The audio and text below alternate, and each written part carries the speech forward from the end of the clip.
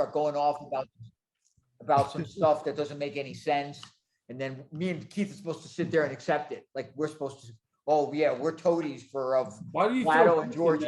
You're the only one who doesn't understand anything or refuses to even engage in our conversation. You just jump in and ignore what we're talking about with. Because I don't know what you're talking about. I read it about dolphins that pee in the ocean. It's fucking horrible.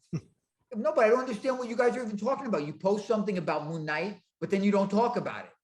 Because you want us to fucking baby feed it to you. You want us to sit there and chew it up, and then you sit there and go, ah, and we spit it into your mouth because you don't want to fucking read. That's why.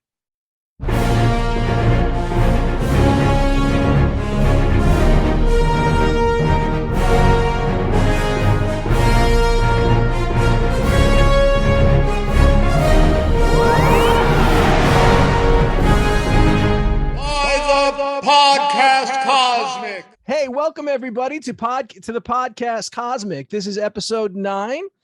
We're glad to have all of you 3 people back. And right now we are going to. That's optimistic. That's optimistic. We're shooting for the stars this week. But before we start, we do want to give a public service announcement from one of our key sponsors, Iliopolis XD here, who basically has some sage words of advice for all of our 2 viewers. Yes, we lost one in the last 10 seconds. Do something for you this weekend. Whatever that thing is you want to do, do not feel guilty. Do not make an excuse. You have deserved it for way longer than you know. Grab a piece of happiness for yourself and let other people know they deserve it too. What a crock of shit. They do deserve it. You deserve it. Be happy for once. Stop being a crotchety old miser. So basically, when I first read that, I thought that some jerk is about to go buy himself $700 worth of clown shoes. So what did you do? Why did you think that instead of me spreading some love to people? And if you notice, I always get a lot of likes for those type of posts, and people are like, that was very nice. That's enablers. Okay. It's like, oh, look at the monkey in the cage jacking off. Isn't it cute? No, let's like that. Things are crazy right now, and we have to give each other a little piece of sunshine. And you're taking it upon yourself to be that sunshine maker? I am. You see, I'm the only one here without a dark shirt on. You guys are wearing like PG-13 / violence porn rock group shirts. Keith has his Scully on, looks like he's going to rob somebody at the Port Authority. I don't know what's going on with you guys. Spread some. Okay, yes, because you know what? On the podcast Cosmic, there can only be one nuclear assault of happiness, and that's you. That you are our binary star. Okay, illiterate binary star. But that's you. That's when you're typing on these keyboards, it's very hard. Right. Why, when you do that, I think of the scene in Zoolander when they're trying to take the files out of the computer. It's like Planet of the Apes. Okay, that's what I think. Anyway, welcome viewers. Vlad here. Yeah, we're down to 1. Let's go around the horn and let's say hi to everybody. Artie, George, thank you for joining. Keith or the jaded hat? Oh, the jaded hat. That's yes. Right. Come on, sir. AKA. So, for everybody who tuned in last week, we were doing our first retrospective on 1982, and we were going to break it out even further. But there's a ton of news that dropped this week that we had to sort of preempt our second part of 1982. This week, we're going to be talking about the Batman. Actually, some of us got up and went to a movie theater and saw it. The Obi-Wan trailer that dropped, we'll talk about everything about what we feel about that. There was a Moon Knight first look, which is, for all intents and purposes, it's basically, we're talking about not the behind the scenes, but really the scenes that we saw and what it's going to be like. The Atom Project, essentially a trailer, right? To me, I looked at it as like a quick trailer. It's like a quick trailer, but they were kind of just talking about the making of it. The Atom Project, which dropped on Netflix this week.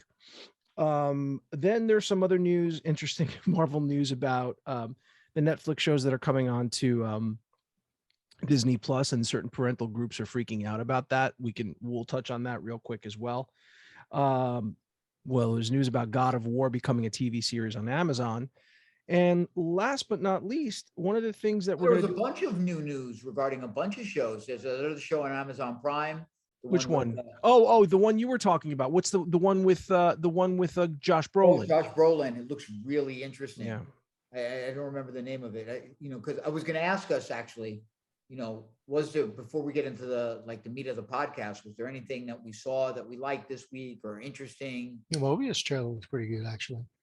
Morbius. There was a new one. Yeah, they showed more of them. Morbius. Really? Pardon me for a Morbius, second. Morbius. Pardon me for a Yeah, second. Morbius, Well, I'm thinking. I thought you said. I think I vomited a little bit in my throat. No, but what's No. funny is now that you mentioned that, I'm not really excited for it as as I am, but I would. I'm going to watch it. I mean, he's got the look. They gave the look to him. It looks pretty good. Do you know really quick if they mentioned it's connected in any way? Oh yeah, because Yeah. Toombs is in it. Michael Keaton's Toombs from Homecoming, Vulture. Oh, really? And then Yeah, you he's in it. mentioned a Spider-Man kind of villain there or character. Well, what's his name? Matt Smith. Matt Smith is whoever who was the doctor, whichever Doctor Who he was. He's playing another villain, a vampire villain in the movie. So Okay, not Dracula. It's under wraps. I don't know. Not that I don't know. I haven't really cared to find out Just- further. Again, just really quick to talk about this didn't they announce, and maybe I'm wrong or I imagine this, or it's from one of those sites I posted, you guys tell me, please don't ever go to that site again. Did they cast a Craven? Oh yeah, it's Aaron Taylor Johnson. It's Aaron Yes. Taylor Johnson, and they just announced the villain, and the casting of the villain was big. Oh, and speaking of casting, we should be talking And Russell about Crowe's supposed to be in Craven the Hunter too, right? right. And there was casting for Dune It's a Part Craven 2. movie, not in Morbius. Well, I don't know if he's going to show up in Craven- Morbius, but No, they're the Craven movie. Oh, Craven movie. Interesting. And- What they're doing. yeah, they're really kind of, whatever. It'd be fantastic. Yeah. And the other thing was there's casting for Dune that just dropped this week too, which is big. So there's Princess Irulan is going to be Florence Pugh. So she that's not a huge role if you've read the book. If she's The Empress's daughter, right? the Emperor's daughter, right? Empress. And then Fade, the Sting role was cast by they casted it. I with- think it was another pop star, right? No, is it a pop star or is it's an actor who just played Elvis and something else? And I don't know him. Oh, I saw the Elvis preview. I'm actually going to see that. I won't see it in the theater, but It's back on HBO Max if you want to see it. Wait, are you talking about the first one? Yeah, it's out. So it dropped on HBO Max. No, he's Right. talking about the Elvis movie. Yeah. Oh, well, I don't know. I think not yet. I don't think so. Austin Okay. Butler's the guy who's Austin playing Butler, Elvis. right? Yeah, I saw the preview. Tom Hanks is in it. Looks good. It looks So- like interesting. to Yeah, me. he plays the Colonel, right? Yeah. He does. So the last And thing, what about Mary Elizabeth Winstead and Mer- Ahsoka? that's I knew that's old news. That's a few weeks. That's Is it? it's about a month or so ago that was announced. 'Cause Yeah, I that didn't realize that. she was announced before Ray Stevenson was Stevenson. announced. And did Stevenson they was start filming? They have to Not be that I'm filming that. aware of. Not that I'm aware of. But and the last thing, just so let's get through the things that we're going to talk about. So, in light of certain individuals on this podcast talking about Iron Fist for 30 minutes one day, George and I are going to kind of dip our toe in music. If some of you can see, we're kind of wearing Ghost shirts. Ghost is a band that we will talk about, but their new album dropped today, and Awesome. so we'll kind of give our quick takes on that. So with that, Does it really drop today? So you Yeah. guys, awesome. it dropped today. It officially today. It's officially today it dropped. Yeah. So today's the 11th of March. Did you pick up vinyl or you bought the digitals? I have Vinyl. I have everything. I have vinyl. No, well, I don't have cassettes. Vinyl, CD, digital. Awesome. So, and So with that, we're going to turn to Batman. So I think three of us saw it, right? So Yep. I told you guys I was going to see it. So For you and I, it's our first movies in the theaters, right? it's Since my COVID. first movie since Rise of Skywalker. So it kind of, you know, Did you miss the theater experience? um, No. look, I got to tell you this much. I didn't miss it as much. I was happy to take my daughter to see it. You know, that was a good thing.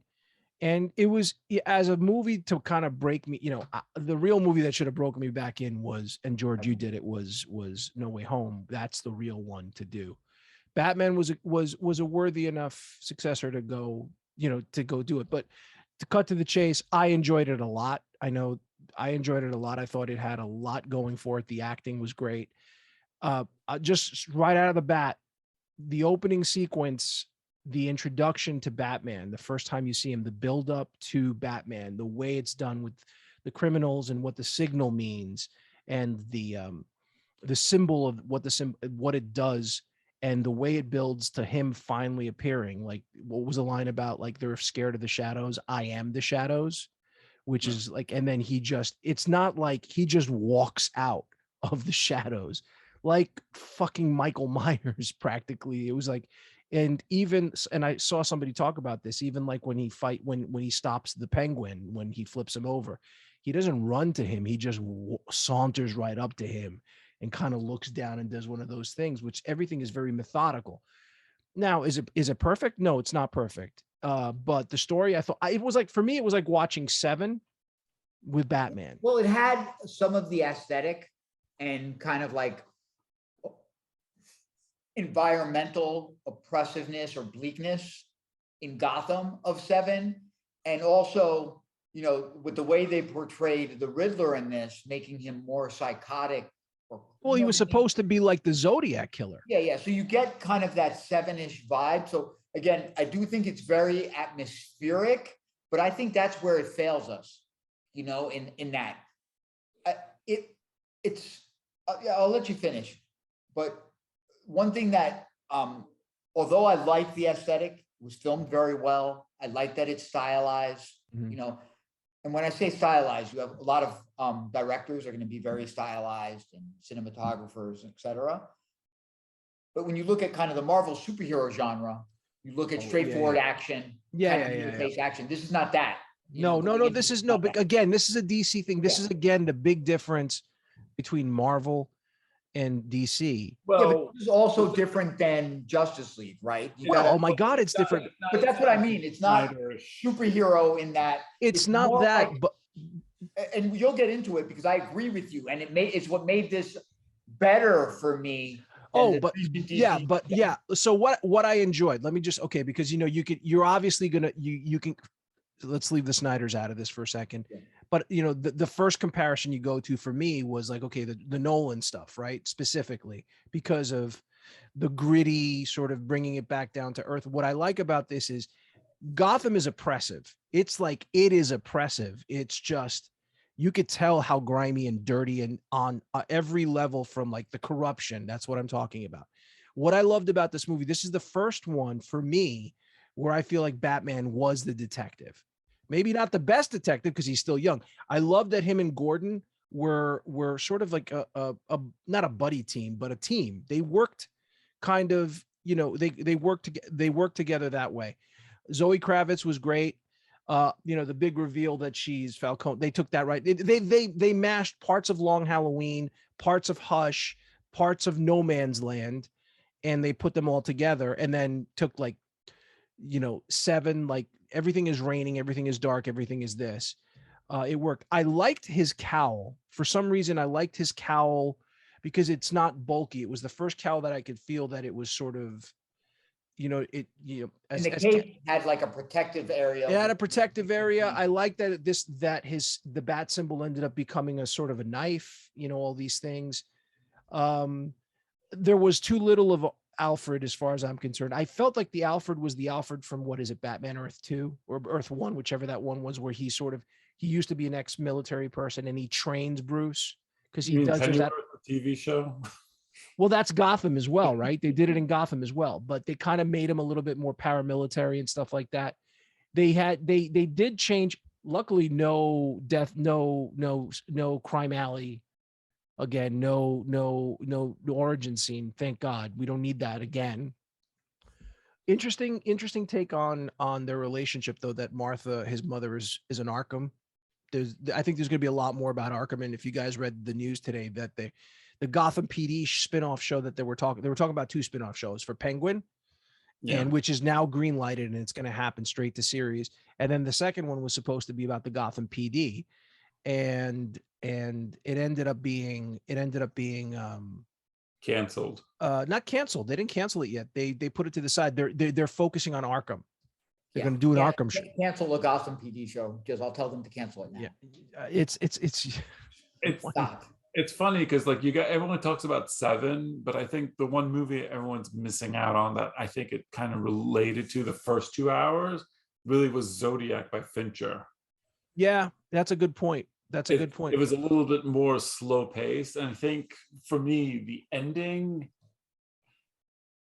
did not live up to the first couple of hours. I thought the ending was just too by the numbers for me. I think. Oh, you mean that it turns into this big thing about, That's what I was going to ask you. I just thought it just felt like his last. Well, that's also I'm sorry. Out of nowhere. Yeah, and that's also they took 0 year, right? That was also 0 year. So. They took elements of 0 year as well. Yeah. It also felt like the Ra's al Ghul from Batman Begins type of thing. So well, the fact that Gotham, it's all about taking Gotham out, right? That's the thing. The other thing I thought was funny, and I'm surprised you didn't start off the podcast with it, was Riddler with his "Hey guys, like and subscribe," which I thought was really funny. I thought that was that was really great too. Reddit bot or something. Well, what I did like was the full circle of like the first time you're introduced to him. Like it's almost like he's never, do you hear him being called? Now, forgive me, I don't remember. I got to see it again. If they call him Batman, it's always the letter to the Batman, right? But he goes by almost Vengeance. Even Catwoman calls him Vengeance, right? Yeah. And all these things. And then I love sort of the full circle of when he beats up the last acolyte.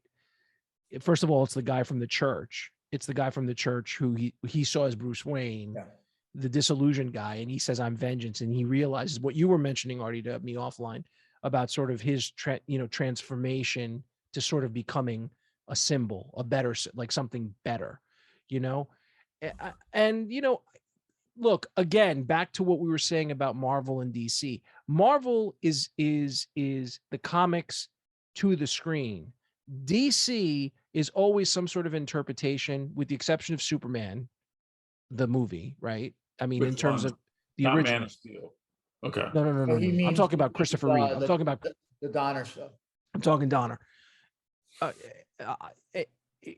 As far as I'm concerned, everything else has been, there's always some sort of an interpretation. Even Nolan stuff is not true. It's even the Joker, as lauded as Heath Ledger was, it was an interpretation of the Joker. It's not the classic Joker, right? And then even fucking god awful Jared Leto. And I don't want to go down the You want to go down the Joker? Who's the Jokers and the recent Jokers and the ones you really no.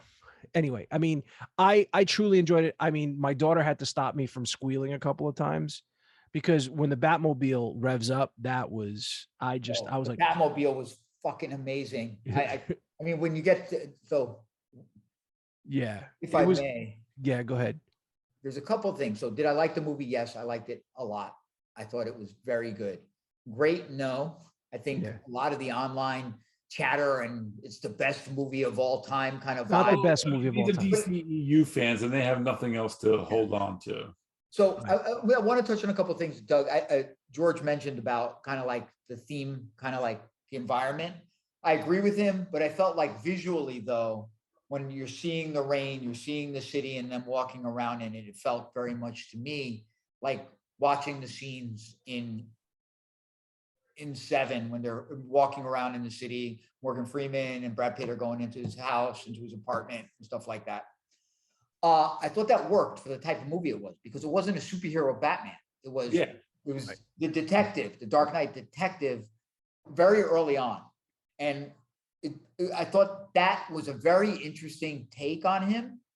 I didn't like all the artistic stuff, like the narration and the music. Well, I thought the music. I'm sorry. The music got annoying to me very, very quickly. What did you say, George? I'm sorry. What did the music? I thought Giacomo. I got to tell you, the dirge. It's like a dirge, and it works. Yeah, and it works in some places, but you didn't need to hear it all the time. When he's walking in a room thinking, and he's looking at the board, boom, he's pulling up the thing. I didn't get any additional drama out of it. So let me just say a couple things. I think the casting of him was excellent. I did not realize I was going to like him. He had a great jawline. When he's in the cowl, his jawline is great. And even his Bruce Wayne, I like. Wait, we should talk about that. Go ahead. But I disagree with that because I didn't feel there was any difference between his Bruce Wayne and his Batman. No, to me, it didn't feel like the Bruce Wayne was an act. It felt like he felt basically as like Bruce Wayne. He was as Batman. I feel like he was Batman. That was addressed in the movie because he's really Batman. He's really Batman, and Bruce Wayne. Bruce Wayne is his alter ego. Yeah, his alter ego. One thing, Artie. I mean, there's a small, to your point about that. There was that one scene which I really liked when he gets up the next day, because remember in the beginning he gives the narration about I'm an eternal creature. I've been doing this for 2 years, and I like that he had the book that he's basically like, it's almost like a scientist keeping track of what's going, how this project is going. Then doesn't the book say Gotham Project or something? Yeah, he's got like lists. I know you're going to like that, especially now that you're notebooking. Right. Well, journaling, not notebooking, scrapbooking. I'm journaling, right? But no, I like that. Kids are calling it nowadays. Yeah, right. So the only thing that I liked was that when he got up in the morning and Alfred's trying to get him to eat something, and he looks up and the sun's out or whatever daytime it is, and he kind of looks and he kind of squints and he puts on a pair of sunglasses. I like that. It's almost like he's a vampire, like he's a nocturnal creature. So a couple of things that I thought were really kind of interesting. I thought when they showed the violence, they did a good way of showing it without explicitly showing it. They did a very good job of that. Even at the very beginning when the Riddler initial attack. That was frightening. Right. But I'm sorry. No, when he appears behind the mayor. Oh yeah. My wife was like, that's somebody's back there. I was like, oh shit. Well, it was like Michael Myers just showing up. But even when you talked about Batman, you first see Batman for the first time. They show the violence, right? Like, remember, he stops and hits that last guy a couple of times too many. And at the end, he does that again. Like the violence they show without showing blood and gore was very well handled, right? But some of the things that I didn't get out of the movie that I expected to get were stronger relationships. I felt like Commissioner Gordon was just a strap-on character to walk around with him. I never felt like I felt that I thought that was a waste of a great actor and a character. Now, Zoe Kravitz, fucking phenomenal. I couldn't even believe it. I couldn't even believe it. Like I can't remember seeing her in anything really. And obviously she's beautiful, great, all of that. But she makes a great she makes a great Catwoman. She sold me on the ability to fight. She sold me on the ability to kind of like walk in and be sexy and be thoughtful and be smart. Great. Colin Farrell. He freaking became a different freaking person. That could have been, You're gonna get canceled because he played a fat person? No, it doesn't matter. It's so great how he did it. I mean, the makeup. Did you catch the little waddle? Did you catch the waddle when he was? I loved it. I loved it. Yeah, I love that. But it's great. He steals scenes that he's in. Yeah. And the affectations and the voice. Yeah. Right. Yeah. Almost like a New York mobster, right? As well as being the Penguin. Yeah. And John Turturro. No, John Turturro was and again, I've always liked him since Barton Fink. Yeah. Right. But wow, I thought he really, like, these three stole almost every scene.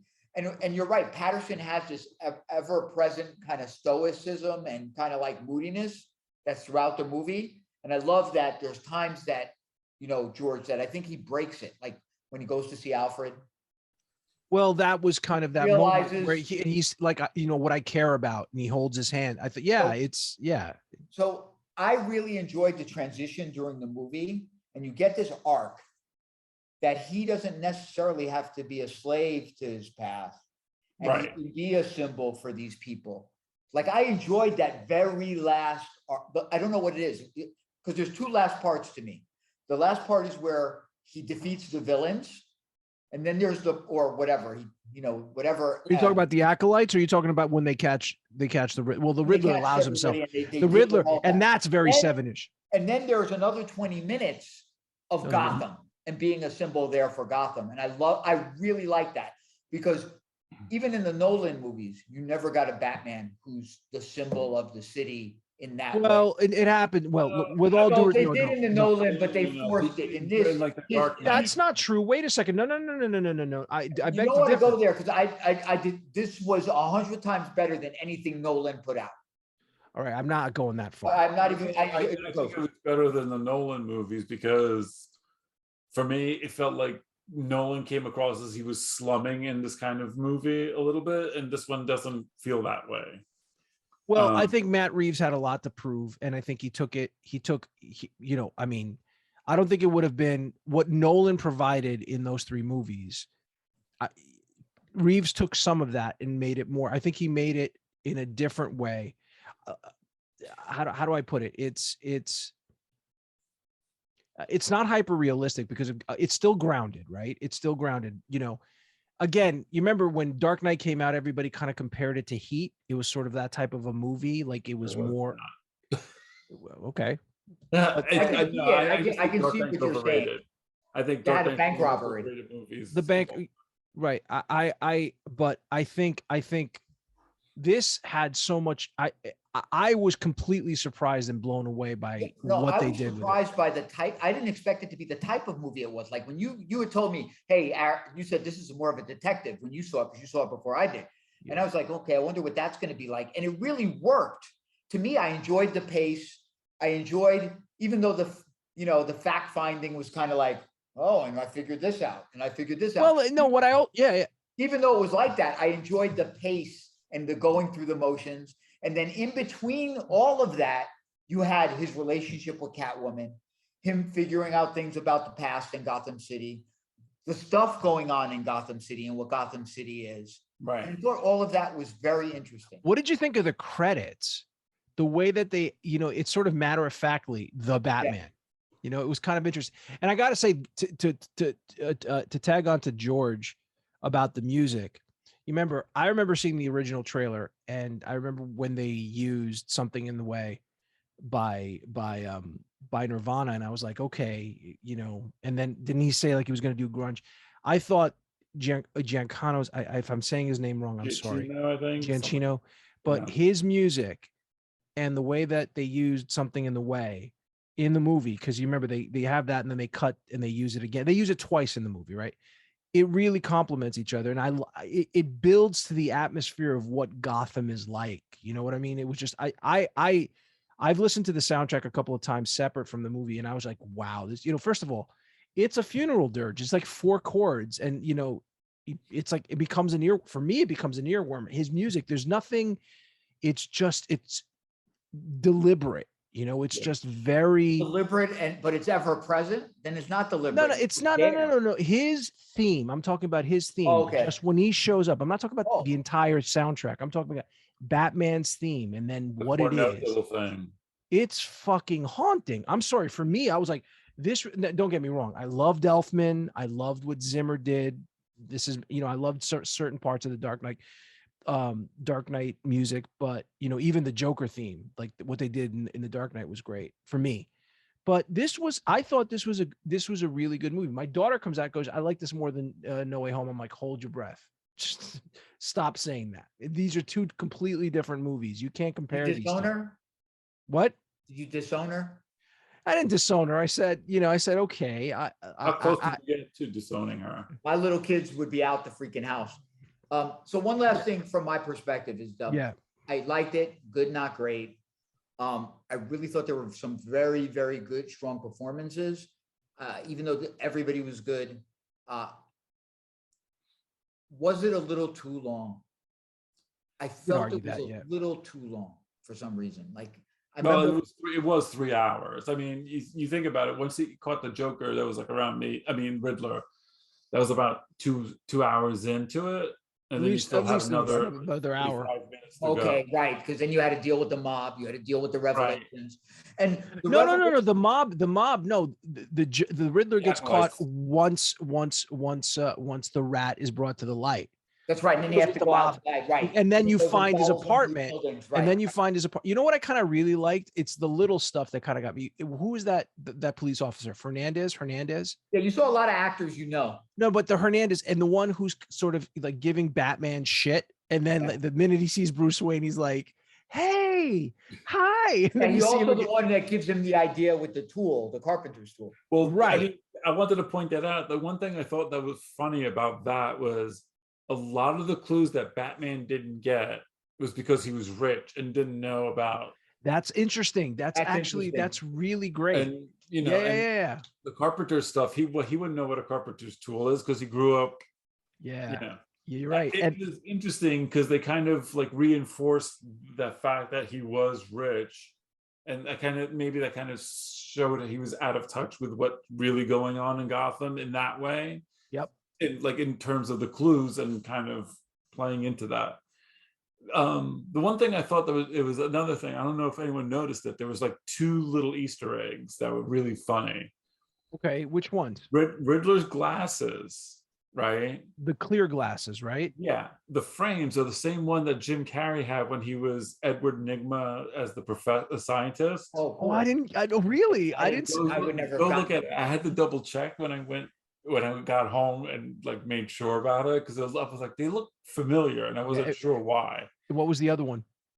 He had at Wayne Manor, he has the fucking Shakespeare bust. Yes, yes, yes. I did not see that. He had Wow. the Shakespeare bust. Oh, In the Batman TV series. so riddle me Which I this. thought was really funny. So riddle me this, guys. Peter Sarsgaard and his wife Maggie Gyllenhaal have something in common. What do they have in common? They were both in Batman movies. They were both blown up by villains. Oh, was it? That's funny. Oh, right, because he had the collar. He had the collar, and she got blown up in Dark Knight. Before we go, I got to tell you some stuff, like the scenes. Like I said, like my favorite scenes were his appearance, the introduction of the Batmobile. I got to tell you, Dano's speech. That can't. But listen, let's stay on that for a second. That chase scene, I don't like car chase scenes.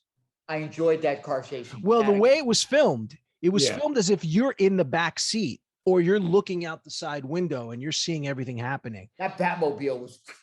That was just like, badass. and I'm not, it's just when it started revving up and it's sort Yeah. of this sound of like, it's what the fuck is about to happen? What, it's At first, I thought he stalled it, but then I realized it was the engine. and then the way he films it, where you see the back, which is very similar. The back is sort of like the classic 66 Batman, with the fire coming up, but it's this blue flame, and it's just starting to, you just get like, Yeah. oh man, It's badass. it's badass. What I got to say is this though, what I thought was riveting was the scene between Batman and Riddler in Arkham, because when he kept on saying Bruce Wayne, You thought he was going to realize, and it was really good. great. Yeah, and he was like, and Batman's, he's trying not to, he gets a little cowed because he looks down because he's like, does he know who I am? Because it's Right. like he does it like 2 or 3 times and then finally goes, they didn't get us or something, and something gives it away. But you still feel in the back of your head, He got away. he got away, and you're like, whoa. Which leads me to the last part, which is, what did you guys think of Well, the scene? actually, You know which one I'm talking go about. back a little bit. During the fight scene when Batman injects himself with that green liquid. Oh, is they're talking that- about, because Venom? Is it Venom? Right. That's the other thing. The adrenaline. Is it Venom? It's like I feel like they set up a bunch of villains in this movie for like future, movies. Oh, I Yeah. didn't think of that. I thought it was just an adrenaline shot. No, because he was bright green. Yeah, I Right. now It that- was. It was. It was green, so it was kind of weird. like, do we? I guess like, do we need another Joker? It's like We'll it's like always get a Joker. You know that, right? it's like 85 Jokers in the past 5 years. But is And- this guy supposed to be playing Joker? Is Yeah, he- Barry Kogan from the Eternals, who played Druig in Eternals, is Okay. the Joker. And not only that, but Matt Reeves came out this week, and he said there was an original scene. There was two A deleted scenes, scene. a deleted scene that should theoretically show up on the home release, hopefully. Well, which he has said release it sooner. right. Batman goes to Arkham because he's trying to profile the Riddler, and he meets with Joker. So something's going to tell you, like, so did Batman take care of the Joker in the first year? So in this universe, Batman already had his interaction with the penultimate villain, but we haven't seen it. That would be not a good, to me, that's not a good story beat for me. I'll tell you one thing. I'd rather if he had faced off with the Joker before, like in his first year as Batman, and I'm fine with that, because the last thing I need is another fucking Batman Joker thing. But did you guys Bringing something up for me, we got to talk about it because now it's on my mind. okay, Now that bothers me. what is it? Joker, to me, and maybe it's just me, Joker defines Batman in a way. Yes. Well, yeah, you complete. You can't have, at least for me, again, I'll deal with it. I'll figure it out. Like, I read comics, so I can deal with any sort of thing that they do because they've already done every fucking stupid thing in comics. But how can you skip over his first meeting with Joker? Nothing has turned around and said that it's his first meeting, though. We don't know that. You can't skip that and go to another villain. Yes, That's you can. definitive. Yes, you can. You That's- can. Well, no. How do you go back to it, Wait. George? Let's take How do one you go step back back. to it? Let's take one step You back. I'm can, sorry. because- No, I agree with George. There's too many times where you've seen Batman versus Joker, Batman versus Joker. Give somebody else a fuck. No. Look, you could see it in Batman 2, Electric Boogaloo, for all I fucking care. But like, let's get one Batman movie that has Catwoman, Riddler, and the Penguin. This is like the first time they've been together since the Batman '66 movie. But Well, even Dark Knight did it too. Every fucking For the- Batman movie. But I'm It's- okay with that. But they have him in jail. So okay, that's fine. Wait, but could I say something? Sorry, and this might calm the beast. No, it won't. Matt Reeves came out and said this isn't the Joker yet. This Okay. is he's not wearing face paint. He Okay. obviously has, and the way, and you should He's deformed, he looks like. no, he has he even says it. He goes, he has a congenital disease or something from when he's young that makes him smile all the time. And he has scars and he has whatever. He's different than Ledger. He's different than all these others. So he's not yet the Joker. Now, to Right, your I think point, that's- what concerns me more about that is I don't want to go down the road. I don't need Joker's. I don't need Joker's origin story anymore. I'm done. No. I'm with you. I'm We I'm with you. We don't need to see the Waynes get shot. We don't need to see the Joker Right. origins. you Right. know. And I mean, look, you guys might not agree with me, but I don't agree with you. Joker without Batman, that's where I was like, when they made the Joker film, I was like, okay, whatever. I mean, So I'll go watch fine Taxi with Driver and watching King of Comedy. without the Joker. Like, you could do 2-3 Batman movies without the Joker yeah, popping in. but why have him? So my issue is, and then I'll let it go because I don't want to. I won't harp on it, but in my mind, why show him then? If To establish the next movie. Right, because- but they even said, but they did a lot of viral stuff because at the end, did you stay through the credits? Because the question mark. Okay, of course you don't. So the question mark comes up again, and I'm sorry. the Radalata thing lights comes up. It's not really anything other than that. And people have been going on the internet and answering the clues and stuff, and they're kind of breaking everything down in terms of potentially like it's comic issues. I don't know all the details, but all roads are potentially leading to Harvey, and obviously there's You need a new district attorney. Yeah, there's gonna be a new district, but then there's also a very establishing shot that nobody, it kind of is a pass away shot where the last shot you see of Penguin, he's looking out. He's looking out. Falcone's gone now. Penguin. Now this is Penguin's ascent. Yeah. So this is where Penguin, starts consolidating power, and I think that the no man's land comes in where you have the whole. It's the same Batman Begins thing where you have the escalation.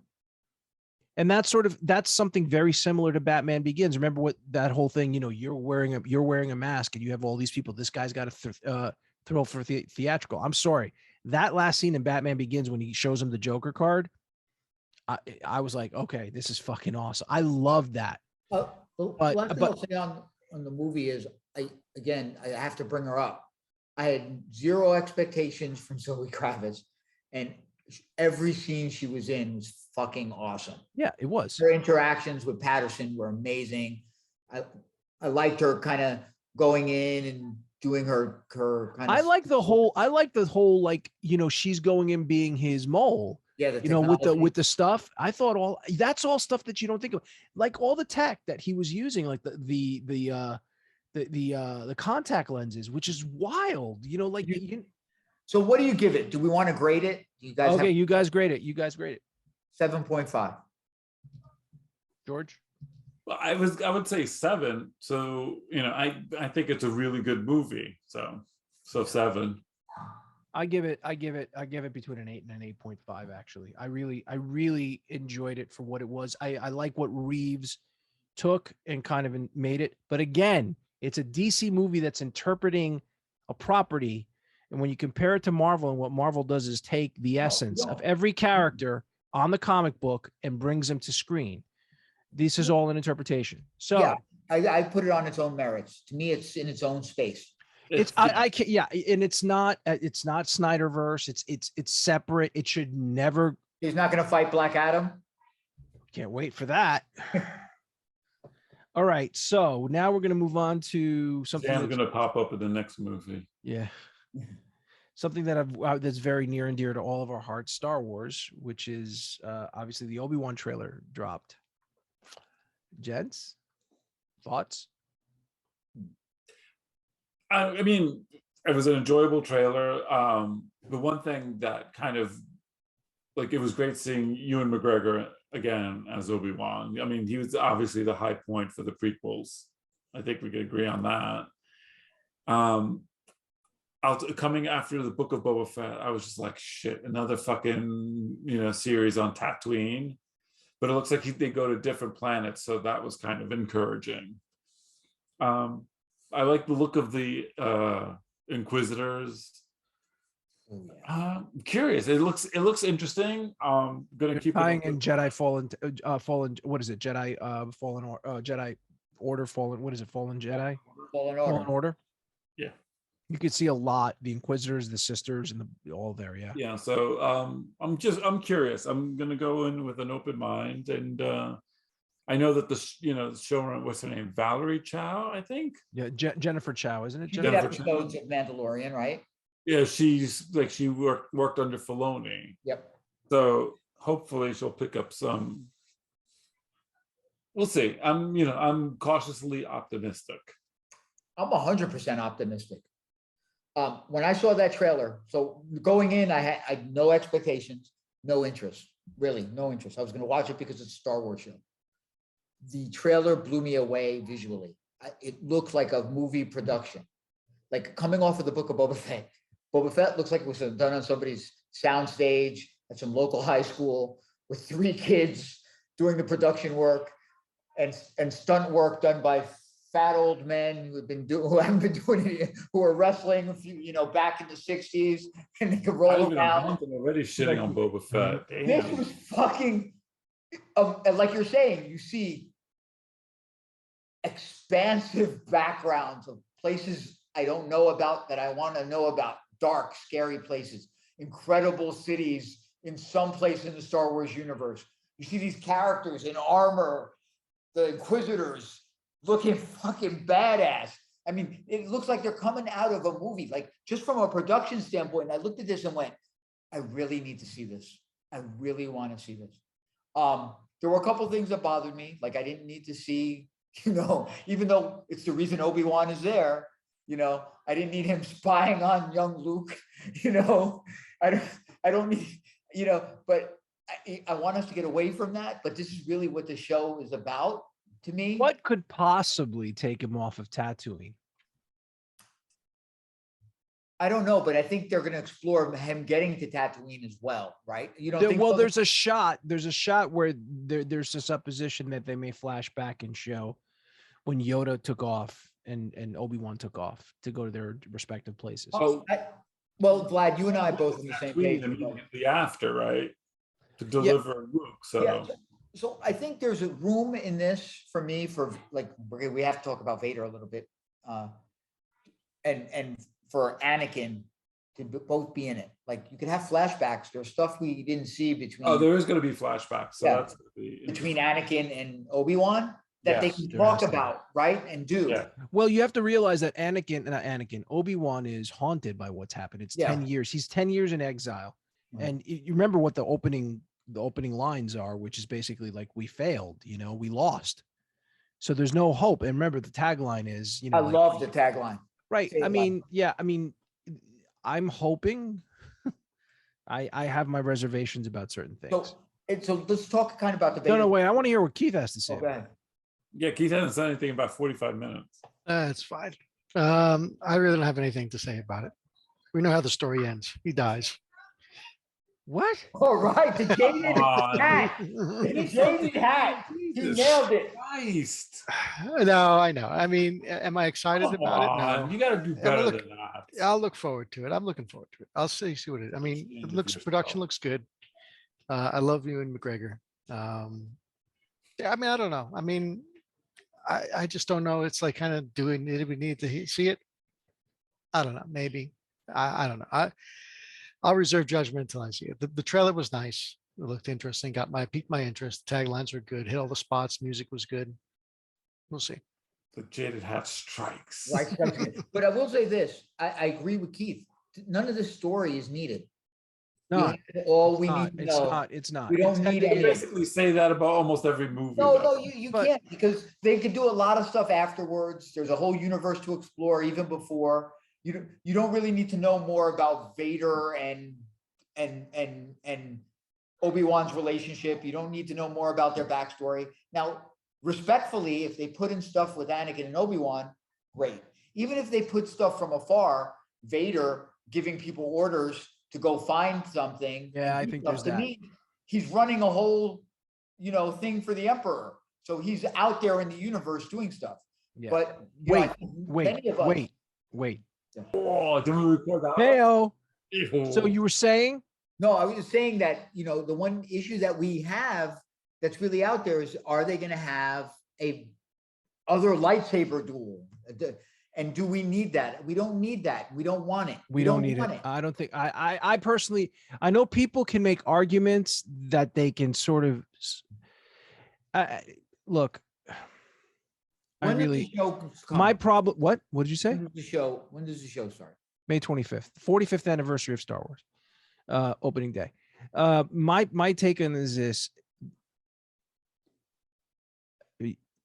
I go back to Rogue One. The scene with Vader at the end, as cool as it was, it didn't not serve the overall story because he just went to town on that. That's my opinion. Went to town on those people, and then it lessens the impact of him appearing for me. It does, because again, you're taking away. It's like come on, man. It's like, No, but it's an example of not adding anything. it's not adding anything. Story, It's just like It's doing something because you can. he And goes. He knows the fine. plans are there. He knows the plans are there. He goes to town on the rebels. Then But at the plans beginning, were like this, he was this close to the plans at that moment. Hence the way so he yeah, and then why doesn't he just go? because now he thinks he thinks he has them cornered. So where are they going to go? They got no place to go. So why does he have the stormtrooper? He should go in himself. It's just it doesn't serve it. To me, it doesn't serve it. And I the think- problem that I have right now with Star Wars is like you're going to take the gravitas of Obi-Wan and Vader seeing each other again after what 20 years between Sith and New Hope for the first time. And you're going to take it and say, oh, by the way, we fucked around, 10 years ago, 9 years ago, we fucked around. We did whatever we did. And to me, it's like you're taking all that away for what? For spectacle. Yeah, that's exactly what I see it Well, as. It doesn't serve the story. I think if it serves the story, I'm gonna wait and see how they handle it. But what's the story? It's about Ben Kenobi and what he did, like that he's watching. Well, okay, a young spoiler Luke and- alert. Keith, sorry, I didn't mean to cut you off. Spoiler alert. The reason he leaves Tatooine is potentially because he has to go save Princess Leia. Okay, Bail Organa is in it. Jimmy Smits is in this movie. If Jimmy Smits is in this movie, what possibly could take Obi-Wan off of that planet other than the only two things Save I the can think of? sister. Either there's something going on with the sister, or the Inquisitors, from what you can see in the thing, show up on Tatooine, right? Because you see Owen, you see all these things. My supposition, He leaves to, I don't know. I mean, or maybe he Not leaves going to get save their trip. Princess Leia from Vader, because Vader never, then her and Vader would have had that conversation on the Death Star. No, it could be something else. It could be. It doesn't have to be Vader. I think I- Vader. right now, this is the thing. This is like there's going to be too much speculation about what's going to happen. Right. I agree. But I- there are certain things that I think. Those involved. Yeah, there's certain things that I think, if they're my own personal checklist, if you're going to do this story, what it is, Vader meeting Obi-Wan is not face to face in person. To me, is not him seeing not. Qui-Gon as a ghost. I think that would make sense, so Qui-Gon can teach him how to become a Force ghost, because that's referenced at the end of Sith. That Yoda tells him, that is something that would be. I would be enthusiastic to see that Force communication with Yoda while him on Dagobah. That to me, I think would make sense. You're going to see a Vader Obi-Wan fight.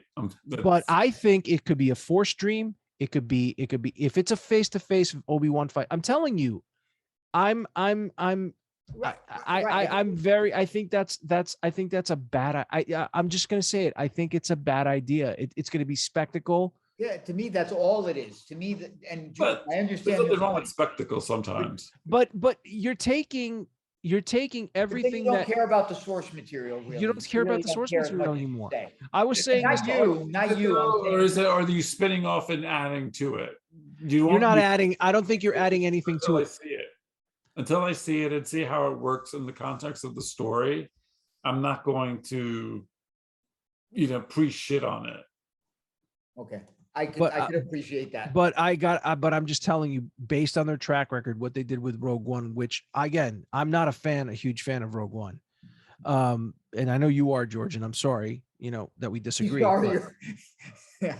Well, you liked I'm Rise of sorry. Skywalker when it first came out, and I did. And I said that was denial, and I have not watched it since 2019. And I also like Last Jedi, and now I look, the sequel trilogy lost me because not because of spectacle, because of a story. That's what we're going back Yeah, to. but on Story. face Does it value, serve? On face value, just watching that trailer, I was extremely impressed. It was unexpected. It got me more excited for the series that I had really no interest in at all. And now I want to see that shit. Yeah. Did you notice a couple of things that you don't see? You What? don't see Obi-Wan light his lightsaber at all. At all. You Right. actually, if you slow it down and watch it, and you do, I've watched multiple analysis videos. You're a real fan. He's using a gun. Oh, I didn't even notice that. He's Yeah. using a gun on the roof. When you see there's a Similar to scene, like Han Solo's gun a little bit. like not as clumsy or random as a blaster. So even the scene where it looks like with the sister, one of the Inquisitors is in that hallway or in the Badass. alleyway, and you see Can't wait. somebody there. It's probably Obi-Wan with a gun, Yeah. because he's hiding the fact that he's supposed to be a Jedi. And the Grand Inquisitor, who was in Rebels, who's played by Rupert Fiend or Friend or whatever, the bald dude. The he was- Cenobite. He was a Jedi in the Jedi Temple. He's the one who actually was it Rebels or was it's Clone Wars? It's Clone Wars. Clone So Wars. and And so Vlad, there's- I saw the CGI version of him. I like it more. I do like the CGI version like more. the gauntness. Yeah, I didn't like I don't like the sort of like, his head. No, is he a little- looked like I said, he looked like a Cenobite. Like, Yeah, he should be did. television. He did. He looked like Pinhead. You're right. So To show you. so with that, I'm excited for it. Now I think the future is bright with fucking streaming services for the next couple of months for me. well, yeah, you got Moon Knight, which we're going to talk Did you about write that next. on the Variety page? Top I know, fan, somebody bring it up. everybody. Top fan, Variety. Variety top fan right there. That's where Sounds Vlad started the podcast, or we were talking before the podcast, that I was arguing with people on the Variety page about Vader appearances in the Obi-Wan series. Don't fuck with the top fan. That's you. How did you become a top fan? Can you just before? Because he I comments complain a so lot much in about Variety shit. articles, he becomes a top fan. Yeah, they talk about Euphoria. They talk about, Reacher shows I like. Is top fan is sort of the top fan title sort of like a participation trophy type of thing? Like Yes, I deserve like you it. came in 35th in the relay race and you still got a medal.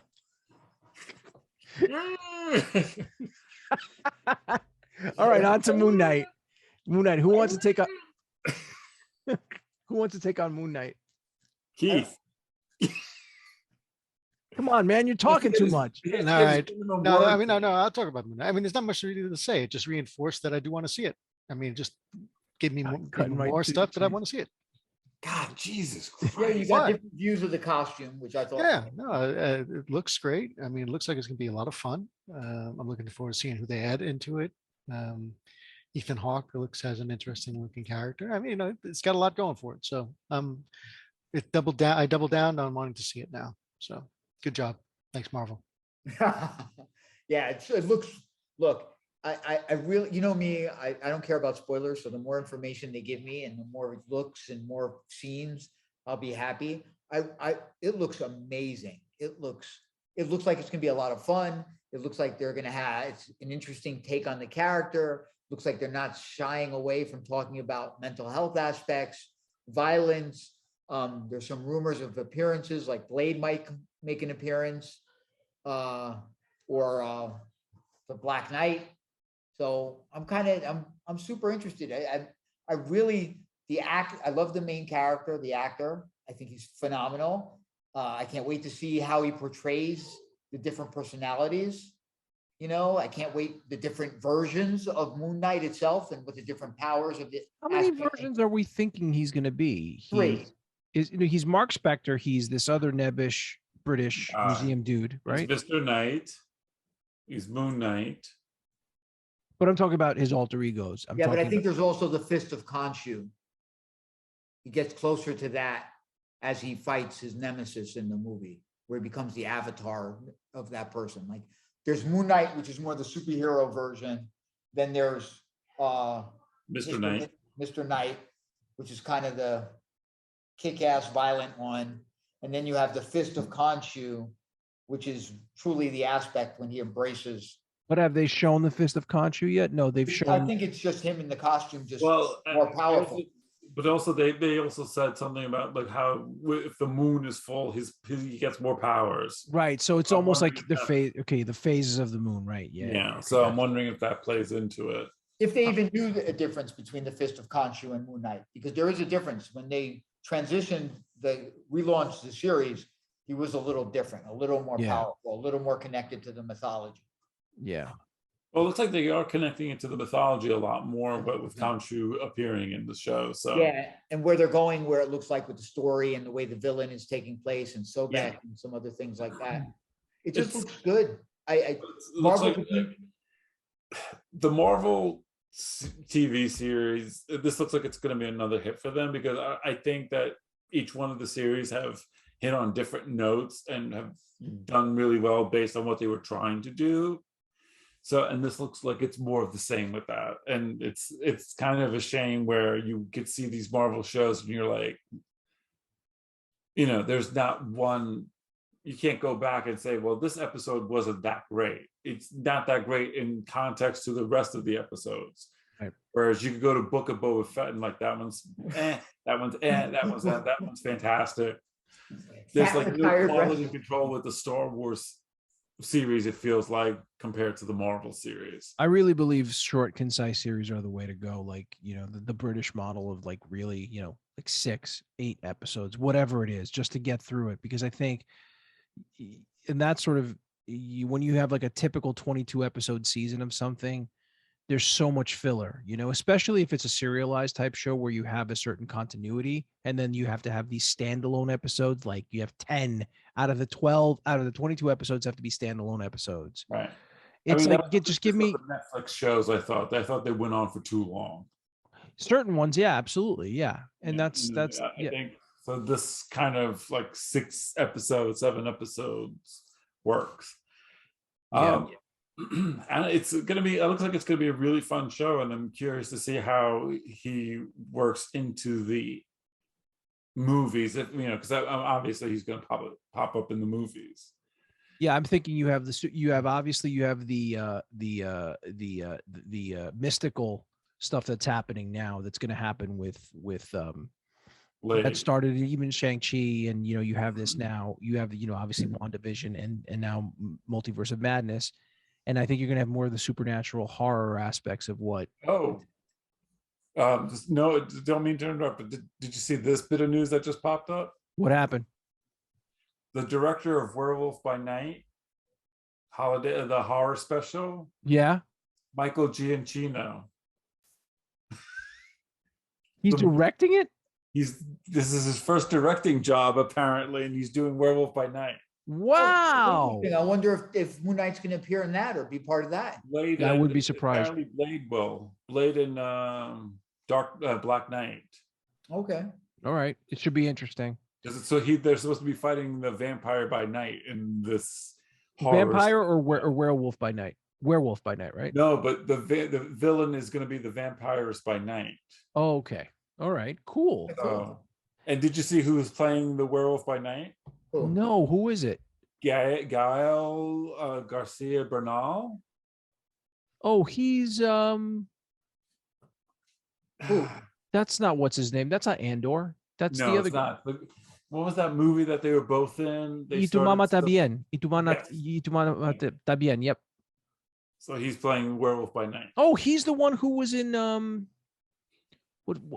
Amazon show that was really good. The one where he played the was it Mozart on the Hudson, or what? The one was that the one? Yeah, he was really good in that. Yes. So that's who the actor is that's playing. That's the werewolf. cool. That's actually cool. That's really cool. There you go. So we got some more news. Branching out. So So George, I did want to point something out before we move away from Moon Knight that you mentioned so many episodes ago, which was that by the time Batman's over, Moon Knight's going to be here, but we still got a few weeks before it comes. Because Batman was that long, right? Unless we go see it multiple times. So before we get off of Marvel, we had that one last thing that came up this week, which was the Parents Television Media Console raised a shit fit over the Netflix shows being put onto Disney Plus. You all right there, Artie? You got an itch on your head? Would you like to comment on this by any chance? Just a bunch of bored people with nothing to do, with sticks up there, proverbial, whatever. I can't stand these people. I can't stand the book burners. I can't stand the book, all of this stuff. So it's just terrible. I'm glad the shows are making their way onto Disney. Disney looks like they're trying to do the right thing by giving parental controls to people. It's not like they're just throwing it out there and telling kids to go watch this. They're doing the right thing. And you should go watch it. We were 12 years old when we went to see Porky's and fucking Conan the Barbarian. Yeah, 100%. For me, it's not an issue, man. Remember, my kids were playing Grand Theft Auto at 3 years old. So what could possibly go wrong? What could possibly go wrong? Exhibit A, right there. Parents know their kids. Exhibit they know A, that they're way. ready for. They shouldn't be looking for tools on the freaking TV set. Nothing's going on the TV that's going to hurt the children. Okay. We don't allow hardcore porn on the TV. It's light violence. It's not anything serious. People are playing Call of Duty all day long. What goes on in a Call of Duty lobby is 30 times worse than what Disney's putting on the TV. The only threat of violence is the only threat of violence. What did you say? What goes on at a hockey game, a football match in the stands between fans that people bring their kids to is much worse. Can you than- guarantee that there will be no violence if somebody takes your chunky monkey, though? No, there will be violence because let me tell you something. We've been on this podcast for about 2 hours and 32 minutes, and I got Chunky Monkey waiting in there for me to see Bill Maher. It's not my problem. Yeah, there will be blood. If my kids drink my Chunky Monkey, it's an ass whooping. It's an ass whooping if they come down here and bother me and try to eat at 10 o'clock like my son was trying to do. Can I segue into one quick question about the chunky monkey? Is a chunky monkey for you sort of like destiny? Is that the only flavor of ice cream you'll eat, or is Pretty much. fucking Yeah, of 5 course minutes? he would. He got You know nuts what's in funny? When you go to get Chunky Monkey at the supermarket, what did he say, that dirtbag? I didn't say any. Who? What did George say? I don't know. You He were- probably said something smart ass. You know, if you guys were really my friends, you'd order me a year supply or a regularly scheduled drop. If we were really your friends, we'd get you one of those hearing horns that you put in your ears. Yeah, what he's getting at is I'm kind of almost deaf in my left ear. So people talk and I pretend like I'm listening and I don't hear anything they say. And I say things like, what? And they think this is funny. I have Can I ask a question though? How is your to them, it's humorous, obviously. how is your disability, if you want to call it that? I'm sorry, sir. I mean, how if- is it? I can't hear. Okay, but how does that affect your typing and your spelling? What are you talking about? It makes it hard. For me, Equilibrium. like I'm off with it's like a vertigo. I'm off with the keystrokes. And listen, I'm not like you guys where shit has to be perfect and I have time to edit my social media presence. No, but you got time to sit there and okay. Anyway, we can go on for hours. Yes, I'm a top top fan, fan but of he couldn't Variety at Complex. Glad he's not a top fan on the spelling apps. He's not a top fan on. He's on the speak and spell. His lifelong enemy is the speak and spell. He's broken multiple speak and spells in his life because they ridiculed him. Okay, so before we got three more things to talk about, but Adam Project dropped this week. I think I saw it. Artie, did you see it? Yeah, I watched the whole thing. And what'd you think? It's okay. Wasn't as good as I think. That was a Keith reaction, by the way. I just want to point that out. Yeah, well, I'm taking this one from Totally. Keith because the thing is, I actually, for this, believe it or not, I did expect more and I don't know why I should have. So did I. And Obviously, it's a Netflix show. I expected it to be kiddie oriented, kind of be Last Starfighter-ish though. Right, that's maybe. what I felt it was gonna be. Yeah, but it was Oh, more. Keith, you saw it? No, I didn't, but. Yeah, from the more. It was a commer- little from more the- kiddie-ish, and the kid that plays the young Adam. yeah, you told me it annoyed you, right? It's all right. What's his face can sell it. It's his personality. We get it in all his characters that he plays. We know that's how he acts. Ryan The Reynolds. young Ryan Reynolds does an excellent job with his delivery. This little kid could not sell it. It made me want. I wanted to commit violence on children. That parents organization is probably going to come after this podcast now. He was very I hope annoying. so, because that means they're listening. And then the movie, you know, unlike other Netflix productions that I've seen him in, you know, this seemed very small. It seemed very Yeah, committed to a it very did. small set. Did. I mean, it was nice. It was heartfelt at times. You really got some good emotional punch in the scenes between family members going back through time and talking to each other and experiences and some of the baggage people have in life. They do a decent job with that. But it's not a particularly good flick. It's okay. And Okay, it felt for very free on derivative. Netflix, Yeah. you might as well watch it if you got Yeah, the time. absolutely. It's not a movie I would spend money to go see, but you know, I think it was derivative. I think it had, you know, when it needed to be dramatic, it was kind of, you know, I don't want to say sappy, but it was dramatic in the sense of, there's, dad, they're pulling certain like Field of Dreams type of sequences, like dad playing catch, stuff like that. And, father-son relationships, mother-son relationships, sort of certain things like you touches a little bit on Back to the Future at times, but then you feel like, okay, it's not going to stay there. It's almost like an overly complex story at times for such a small type of a movie that it is. And like Artie, you're absolutely right. It just felt like it was on 3 different sets, or like in a backwoods on one road or something like that.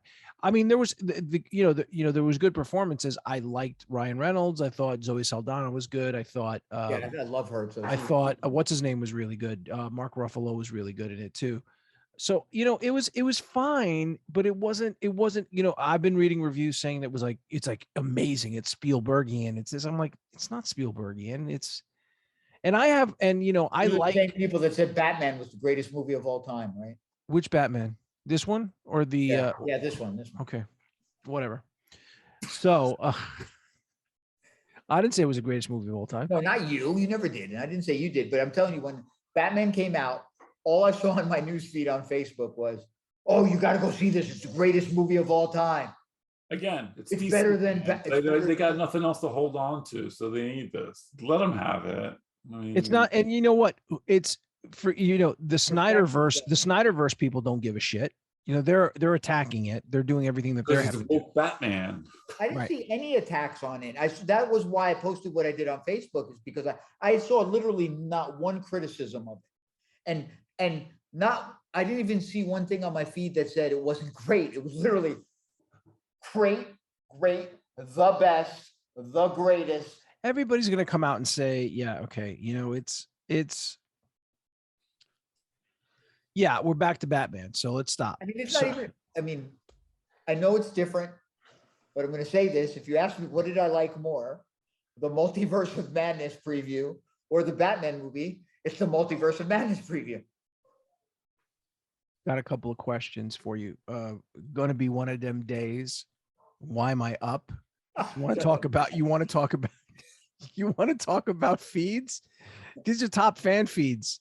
Should follow them on Facebook. You want a good laugh? You want to write a good sappy birthday card to your loved one? Go to Artie's webpage, go to his Facebook page, and you'll find stuff there. It's the best, and you'll get it for free, and you won't realize how deep thoughts with Aristides Iliopoulos. That's what it is. So, A spoon to dig. God of War is going to be a TV show. Keith, That's gonna be great. Oh, well, let Keith talk about it. Okay. I agree, Keith. We Doesn't don't it- really got to talk about this one at all. Good thing we don't get paid by the word, man. 'cause, fuck, man, my ears are burning. You're talking so much. I mean, come on. Holy shit, man. Slow down a second. No, but you go to him with the worst bit of nobody cares. Oh, I that's get- right. It's a video game, and it's not Destiny. I'm sorry. His name is Kratos. Is he Greek? Yes, he's Greek. He's not Greek. He's always, what's he doing with the Norsemen? Is he in like, Norse. Wait, That's dude, God of- whoa. You Wait, missed like the what's the- original wait, trilogy wait. of games. You're Wait, jumping the over. You're jumping. Norseman? The Huh? Chuck Norseman? who? Who's You playing said Kratos? Norseman. Is he Greek? Who's the lead role? It hasn't been announced. Okay. Who should it be? I don't know. They got a good If actor he's for it. not I guess. Greek. Who cares? You know who looks like Kratos? Who? You. No. Yeah, he's got the beard. He's got the bald That's all head. he's got. Well, whatever. You might be yeah. able to pull it off. Thank We- you. The Rock's gonna play Kratos. Yeah, that's. But what you we don't need. have the voice. You need a deep voice. No, No, he has to talk like this, like the Greeky. go sleep, go. Let's Muslim go. gods. You Malaka, come here, Loki. What are you talking to me about? I'll show you. Yeah, that's right. I That I would watch endlessly. But dude, While you're eating your chunky monkey. yeah, I almost went on a rant. Oh, boy. Almost. Whew. That's Wait, the- you almost went on a rant? I think Keith cowed you Hmm. because Keith's candor and Keith's succinct analyses is completely put That's you in what your he place. needs to do. Look, I Make it played the happen. first. I played the first God of War. I enjoyed it. I played the second one. It was good. I didn't play the third or the fourth. I played the first, I played the second, I couldn't finish the third. I started playing the fourth, and the fourth is great. It's That's what I hear. But I watched it on YouTube and Okay. I played the first 3. That's all I needed to play. Which one is the fourth that is great? Is that the one where he's fighting the Norsemen? Norse gods, yeah. Yeah, that's the So one. what's the Greek guy? His kid doesn't look Greek. Because He's redhead. because he basically at the end of the 3 originals. Wait, you don't have to tell me. I have no interest in the mythos. It's just they're not Greek. All right. He's sitting in Scandinavia fighting Modi or whoever. This little guy who flips around and jumps around and got tattoos. Oh, we're worried now. Can I ask you a question? What? How do you know so much about it? It's got nothing to do with Destiny. Because I and it's- watched every review. I watch like reviews on video games, regardless of my He's a top fan of fucking GameSpot and IGN. and fan. You get it's you're not getting like a free sandwich if you watch these things. Like they click with the things. You no, end but I up- like to after- to know about them. I thought I might be interested in the lore. Like it looked interesting. The graphics looked great for that game. So I started to watch it to see the cinematics, to see what it's about. It's then PlayStation. not Never mind. interesting. and this is first it's PlayStation. It's not Destiny. It's like It's a double whammy. it's a double whammy. It's You know like what Do we I should shoot do? anybody? I really want to punish you guys. I think we should go play the Division for like 30 minutes. you would punish. The only punishing thing about it is that the way you rant about it. Okay. That was All right. Anyway, honestly, look, that was the worst night of gaming I ever had to play. Was that bad? Yes. Were you having a good time? No. no. I mean, no. I think I played it with you once. You weren't there that night with me and Keith. No, but I played it with Artie You're once. smart.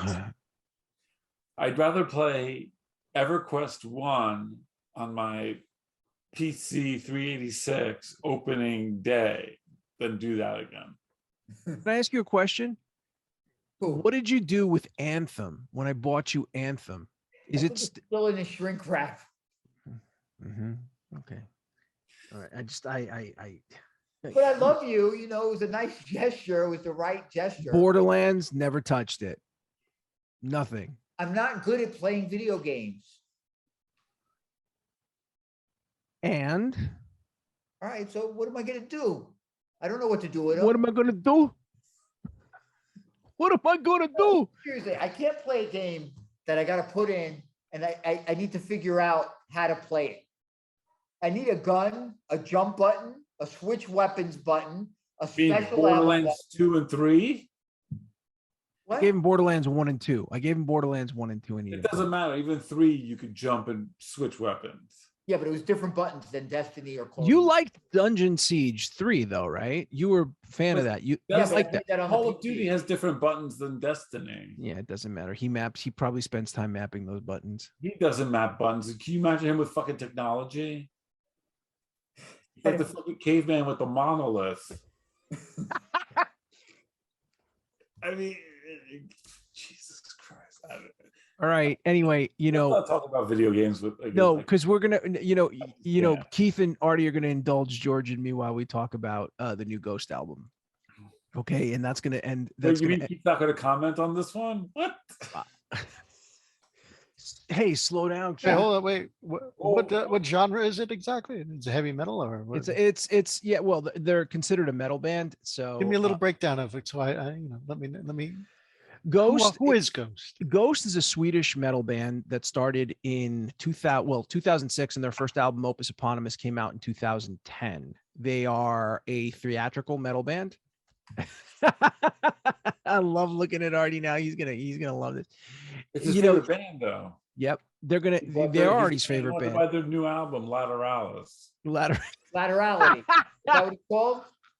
Like, what album am I going to buy? I'm going to try it. You're gonna buy Abbey Road. I have Abbey Road. No, that's not that. It's the other Abbey Road. This is the Ghost of Abbey Road. This is the Ghost Abbey Road. So they're basically a band out of Sweden that started out as sort of a you could say a metal band, but they're kind of like throwback metal, like very much in the vein of like they would like Blue Oyster Cult, some Merciful Fate. They're theatrical. They're all dressed up. You have the lead singer, if like theatrical, like Kiss or Alice Cooper or these type of bands, and it's basically a concept. With every album is a certain there's the lead singer who's the person who has the band, which is Tobias Forge. plays somebody called Papa Emeritus, who's a pope, like a satanic pope, and he has the nameless ghouls around him are all his musicians, Yeah. right? So in every album cycle, there's a new Papa.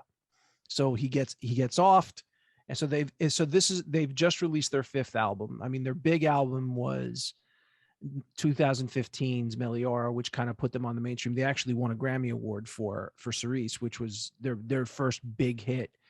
And then Prequel came out in 2018, and now today is Impera.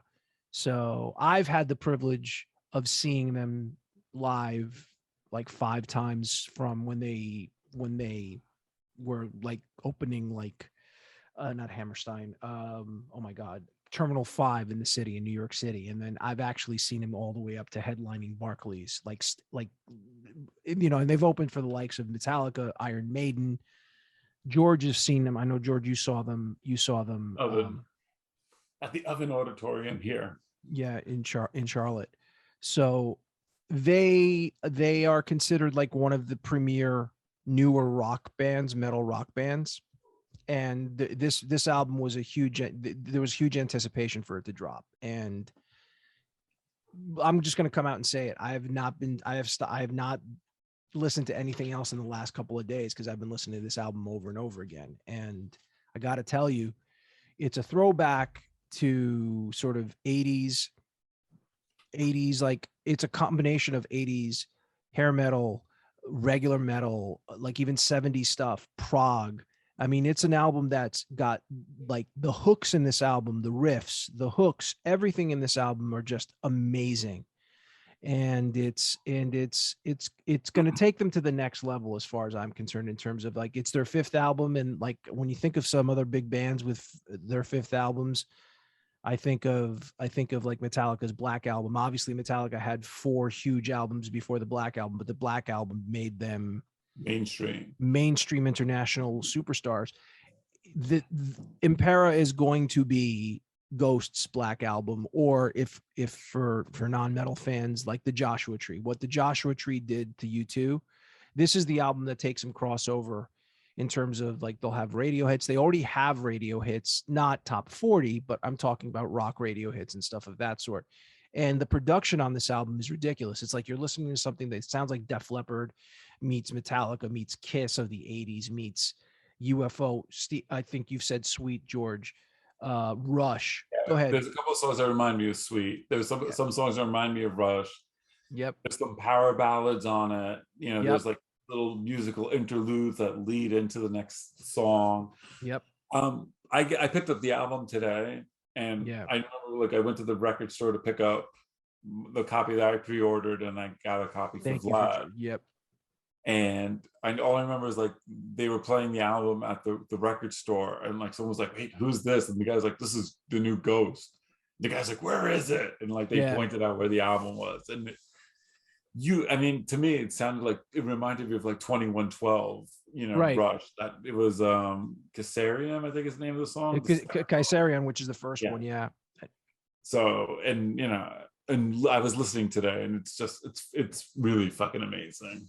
It's gonna be a huge album. Like when people say rock is dead, this is a rock album that people are gonna say like, look, this is 2022. This is a fucking great. What's their burning for you? Burning for you. Well, they have a lot of songs, but I mean, I think, well, here's the other one. I mean, you were asking me like, what do you get into? Which album should you get into with them? Like, and every album, and the thing about every album is that every album is a little bit different. There's obviously a vein of what's going on, but there's also Meliora is probably a theme. And Meliora, like this album, is the conceptual thematic thing about this is the rise and fall of empires. The previous album, which is pretty scary when you think about it, it was called Prequel, but it was about the bubonic plague. Came out in 2018, and it kind of foretold what was going to happen over the next couple of years in the world that we live in, right? So it's kind of interesting. Again, the music is a throwback. I'm gonna check it out. I don't know which album to get, Nitriol or Laterality. Mm-hmm. I would get the new one. just go get 2 pints of Chunky Monkey and listen to Yeezus. You know, No, just I mean, I did just- buy, like I did buy, you know, you saw I bought it. I bought College Dropout, but, or high school. what? So Okay. which album should I get? The new album? It's You should out? buy. You should. You. I would if- get the new album. I would get the new album and then work your way back. But the problem is like the most, you know, the album that broke them big is Meliora, because that was huge. And then it's kind of interesting that for me, going back to seeing them go from clubs That's to awesome. sort of then opening for Maiden. And I saw this in the span of 3 years. So it's like you see them getting bigger and bigger and bigger and bigger, and then become this huge. They're huge. Were you they know, theatrical when you first started seeing them? Oh, it was always been theatrical, and that's sort of the thing. And now, look, I've been and I've read interviews with Tobias where Tobias has said that, you know, the you know, he's younger than us, but his older brother got him into stuff like Kiss, Wasp, Twisted Sister, Motley Crue, all those like 70s Kiss, like early 80s stuff, and all that theatrical stuff, and that kind of fed into him and created this thing. And now the interesting thing about it, and this is where the metal community kind of gets pissed off about, is that, you know, it's like their image betrays the type of music it is, because when you hear the music, you're like realizing this is melodic, there's no guttural screams, Yeah, there's they no don't sound like a Metallica. no, They sound like- no, I'm not talking about Metallica. I'm talking about death metal or black metal or any of that stuff. Because It's you look at the look of it, and they're expecting Okay. one You're sound. right, but I was saying they don't even have, Melodic. to me, as, and again, I don't know, I've only heard a little bit that you played for me in the past. no, two of the They don't biggest even sound as heavy to me as, let's say, a Metallica. no, they're not heavy. It borders on pop. Some of the stuff borders on pop, but again, I mean, I can just tell you right now that the stuff Tobias Forge, who's the mastermind of the whole thing, wears all of his influences on his sleeve. And, you know, he's toured with Maiden. He's been both Metallica and Maiden, arguably the 2 biggest heavy metal bands in the world right now, whatever you may want to say. You know, they've influenced the sort of Ghost's trajectory. They're not the same type of a band. But the genre, though, is metal. Well, it's considered metal. It's considered well, you can have that It's argument. hard rock, I would, you know. It's hard rock, but it's not, and you know, It's hard to like pigeonhole them, because like, you know, like on this album, there's a little bit of like stuff that sounds like Rush. There's a little bit of things that sound like Bon Jovi, Sweet. There's some things that sound like it's like a power ballad, you know. And it's interesting how each song is completely different, but you get this theme of everything through each song. right? And It's a really well constructed album. it's like But they listening stick to the theme.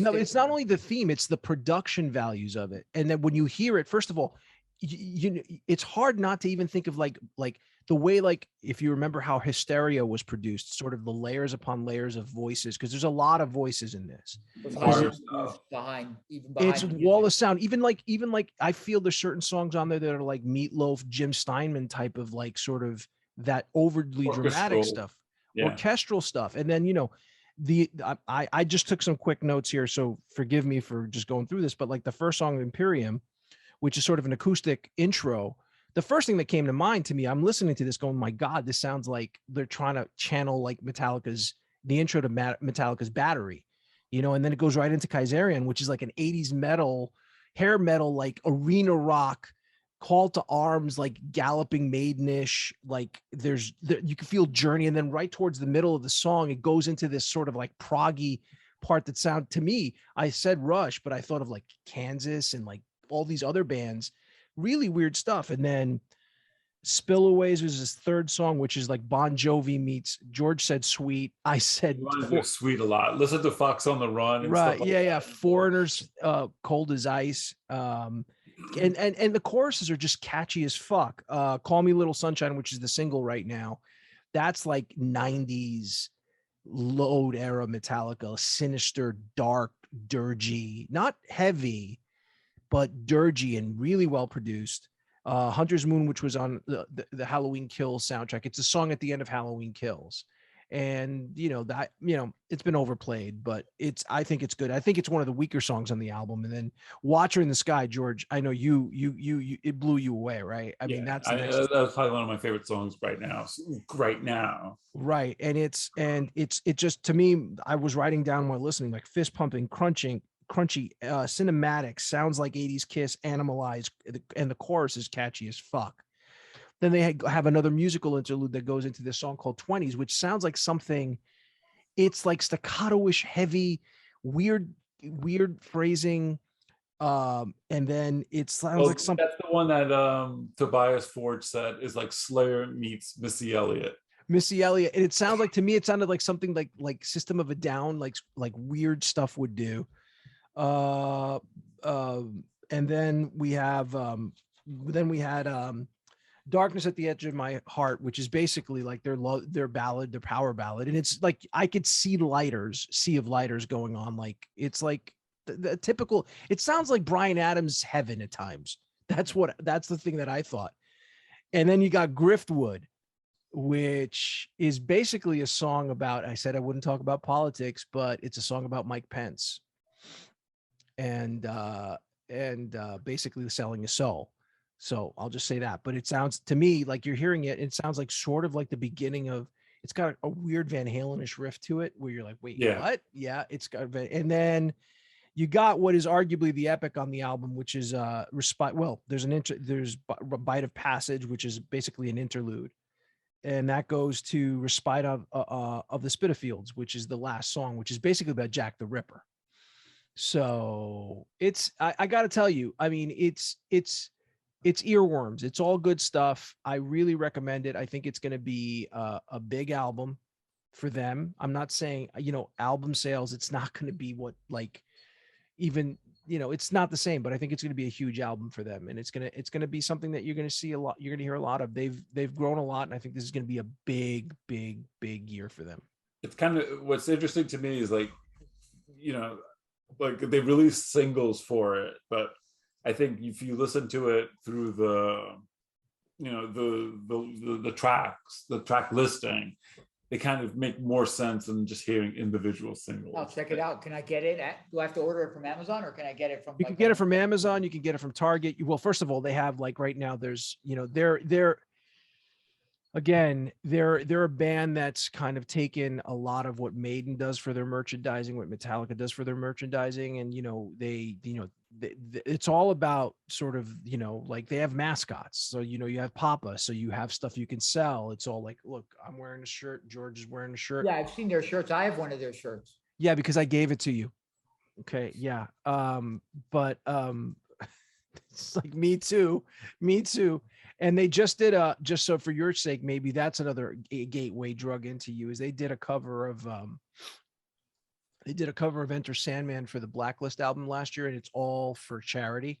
Yeah, and every time they play it, it goes to some charity, right? I think it's a Center for Trans Kids. For trans kids. So it's now I'm going to go buy all their albums, actually. Yeah, go ahead. So no, but again, so for you, Artie, I think you need to start with Meliora in this, and then you can. Can I find that anymore, Vlad? I know they release that Black album with covers, a cover of Black. Well, yeah, but it's expensive because it's like they have like what's it called? So I can get it. I'll get it off eBay. I don't know how much. You know me, I don't mind paying if I want it. You don't. Especially if it's going to bring you happiness, you might as well just go for it. Just do it. Just go do it. Go do it. No, but it will. No. You want to surprise me? You want to surprise me? You want to surprise me? Go buy the new album and buy Meliora. Buy those two albums. I'll check it out. If they have it at Barnes & Noble tomorrow, I'll pick it up. I'll check Target and. You're gonna go pick up a book. If you have an independent record store nearby you, I'd rather find that. You know what the fucking thing is, George? In my area, they don't have one. It really pisses me off. Like go to the record store that we went to over here in Charlotte. They'll ship it to you, and you'll get the indie. Artie, yeah. Do you have a Target by you? Yeah. Do you have a Target buy? You Yeah, just but go we're to Target. talking about like support. Like I understand what George is saying. Like, Yeah, you could support it that way, but Target definitely has it. They have it. yeah. And the thing is, depending on where you want to But go, don't forget, if you order from Target, they're gonna ship it in some big ass box and it's gonna get dented. Yeah, I would unless buy you it go there, direct. wait, you're not going to go there? Or Yeah. you're going to wait at home like a sloth in order to get it? Because they also have Meliora here, colored vinyl limited edition from Rise Above Records at Lunchbox. So Yeah, that's a good order one from to get. them, $4 shipping, and it'll Yeah. come to you. Get both of them. Get both Get both of Meliora them. and Impera. And then, you know, I mean, look, you can quickly get all their albums. It's not, they don't have a huge discography if you like No, them. I love that. You know, you think it's funny, but to me, that you sold it for me that they have that kind of outreach for a marginalized group. So that to me is That's right, because you're an ally. That's true. But it's not Yeah. about that. Artie, I think but that's look, great to me. it's an acquired taste. I got to tell you. I love the hell out of him. You know, some people don't necessarily like Tobias's voice because it doesn't match the music. I think it's great. And I think and they put on a hell of a show. And I think Just stop worrying about how they dress and listen to the music. and listen to the music. And again, like if you were ever into those bands, like you like Kiss and you like that stuff like that, it's all fun and games. If you think there's like satanic stuff, it's all tongue in cheek. It's Satanic all Panic. What was that one? 7 inches of 7 inches of Satanic Panic. Yeah, like that album was all like stuff that sounded like it was from the 60s. So that's what's great is like they're willing to do wild stuff. Like they've done covers of the Beatles' Here Comes the Sun. It's like it sounds completely different. It sounds much more sinister. And you know, they've done Depeche Mode covers, they've done all these things, which is great. So I think you should give it a listen. I'll give it a shot. I'll give the new album a shot, but you got me also interested in this Blacklist album. The Blacklist album, I'll be honest with you, there's some good stuff on it. For the most part, the ones that matter the most, I mean, it's basically the 12 songs off of the Black Album, and you have so like Enter Sandman, there's like 12 versions of Enter Yeah, it looks Sandman. like there's 53 tracks on it. To me I wouldn't, there's very few that I care about, you know. Okay. And I just think that I don't need to see I don't need to hear a bluegrass version of Sad But True. Gotcha. Okay, I just don't. What? You don't? I don't. I mean, You know why? Because you're a musical snob and you refuse to. Yeah, because you know, Both of you are musical snobs. Who? Both of you are musical snobs. You don't have eclectic taste, and then you thumb your nose at everybody else who tries to, you know, expand their horizons with different types of music. You mean sort of like somebody who would only listen to one album over and over again and never play at any other type of an album, just one over and over again, and then complain that the music is beyond him. The music passed him by. It's passed him by. Is that what it's like? Everything's passed us by. I feel like I'm a grumpy old man all the time. It's like sitting there and just constantly playing Loverboy's Working for the Weekend album over and over again because you wanted to be like Riot. Come on, hear the noise. Come on, hear the noise. Feel the noise. Yeah, come on. That's wishful thinking in your case, right? Yes. All right, I think we're gonna. There's a joke in there somewhere. There's somewhere in there. Artie, anything else you'd like to add before we call it a night? Keith, I know, you know, Jesus Christ, man, you talked our ears off tonight. That's fine, guys. You had a lot of good stuff to say. So, right. Next, I'll save up for the next one. Artie, I will. Thumbs up. That's basically where you're going to end. Don't you want to leave us with some words of wisdom? I've given you guys enough pearls of wisdom. I think you guys are good. We're gonna have to. I think my night is shot. I can't go play trials. You got a chunky monkey though. Thank you. See, that's why I love you. See, that's where Keith, unlike the two of you guys, comes in the clutch. He knew I was distraught for a moment, and he thought about me enough to remind me that I have Chunky and the monkey in there, that I can go upstairs, change, come back. Chunky and the monkey? Did you just say Chunky and the monkey? Monkey, baby. No, you said Chunky and the monkey. Wait, you're gonna go upstairs, change, come back down and eat Chunky Monkey. Yes, while watching Bill Maher. Are you guys gonna watch Bill Maher? I got better. No, I'm things gonna to edit do this than my podcast. jackass. I'm gonna edit this fucking What do you podcast. guys got planned for the weekend? Do you want our viewers to know what we're going to do this weekend? Yeah, why not? Does it peek into the lives of celebrities? What do you want to know? No, I know. Tomorrow I'm baking a cake. That's right. That's what I'm doing. Last time it looked Vladdy Crocker's going to bake a cake. I'm You Pillsbury got to send Flower. those pictures. You got to put pictures on the Facebook page. There you Yeah, go. and I'm going to write some pseudo spiritual, like uplifting, sweetness is as sweet as your soul. It's just like my love But does. I do just think when I we get can do up. an art drop this week, since we talk so much about Batman. Oh yeah, we could do. Are you that. going to draw? Are you going to draw Pattinson Batman? I don't know. I don't necessarily think that wouldn't actually be that hard. He's got a very, very kind of like, Streamlined silhouette. yeah, really the jaw and the way the cowl now is shaped. You know how it's very long. How about we meld? How about we meld this? Let's see how dedicated you are in terms of, saying that you're willing to listen to Ghost. Why don't you go look up pictures of Papa Emeritus 4 or whichever Papa you want, and why don't you draw him and interpret him your way? Sure. And see if any So it's Ghost called fans. Papa Emeritus. So that'll be our Papa drawing drop. Lateralis. Right, Well, I George? don't know what it is. Tell him to look Cialis? up Papa What's his name? Lateralis. Emeritus, you said, right? Emeritus. Emeritus. Yeah. Just look up Ghost. Look up pictures of Ghost.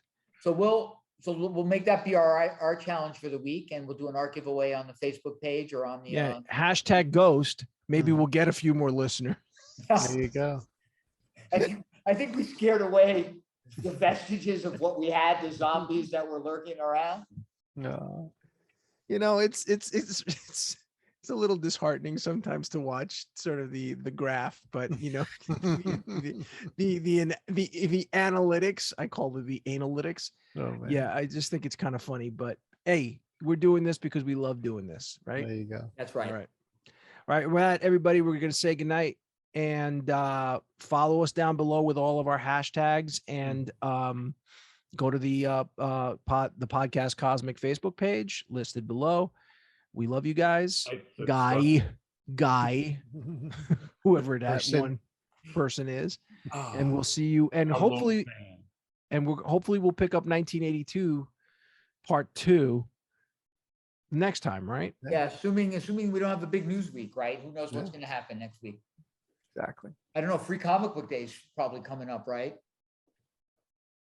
So hopefully, if Ben and Jerry's does a new flavor of Chunky Monkey. No, it's got to be classic Chunky Monkey, dude. I'm not going. I can imagine you like threatening like real violence on your children but you mistakenly got like the dairy-free Chunky Monkey.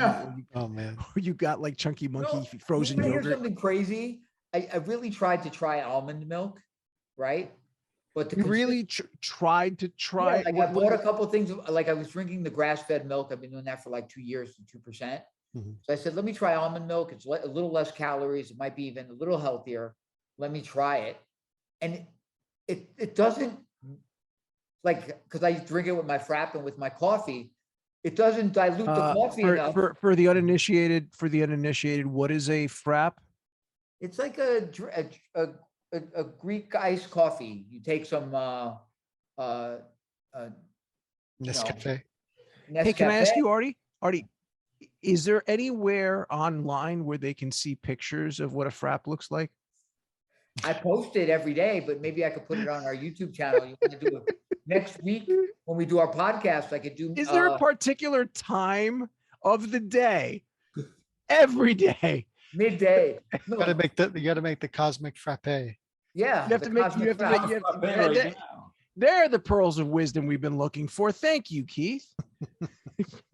Right. I think we can do that next week. I think next week I'll take a GoPro, stick it on my head, and I'll make a frap. Oh, there you go. Frap with almond milk. No, what I was going to say about the almond milk. Oh, here we go. Consistency. Thanks, Vlad. No, it doesn't. Thanks, Vlad. You got to use like 3 quarts of it in like a cup this big to. I can't use almond milk, obviously. Try oat milk. You motherfuckers. Why don't you get some cashew milk? Get cashew milk. No, I tried Oat milk. Yeah. I tried soy milk. Soy milk was a little better, actually. Don't do soy milk. That's this estrogen. Be a soy boy. That's why you don't have as much hair. That's why you don't have as much hair up there anymore. Oh, This is 2 days. What are you talking about? Well, 2 days. Yeah. So I love you guys. Have a good night. Thank you for coming by to see the podcast. See you next week. Definitely check out that Obi-Wan preview. I think it's freaking amazing. I think it's really exciting stuff. Next week, guys. Next week. Next Number week, 10. number 10. We've finally hit double digits. All Yeah. right. yeah. Wait, Next you week, guys like the everybody. shirt?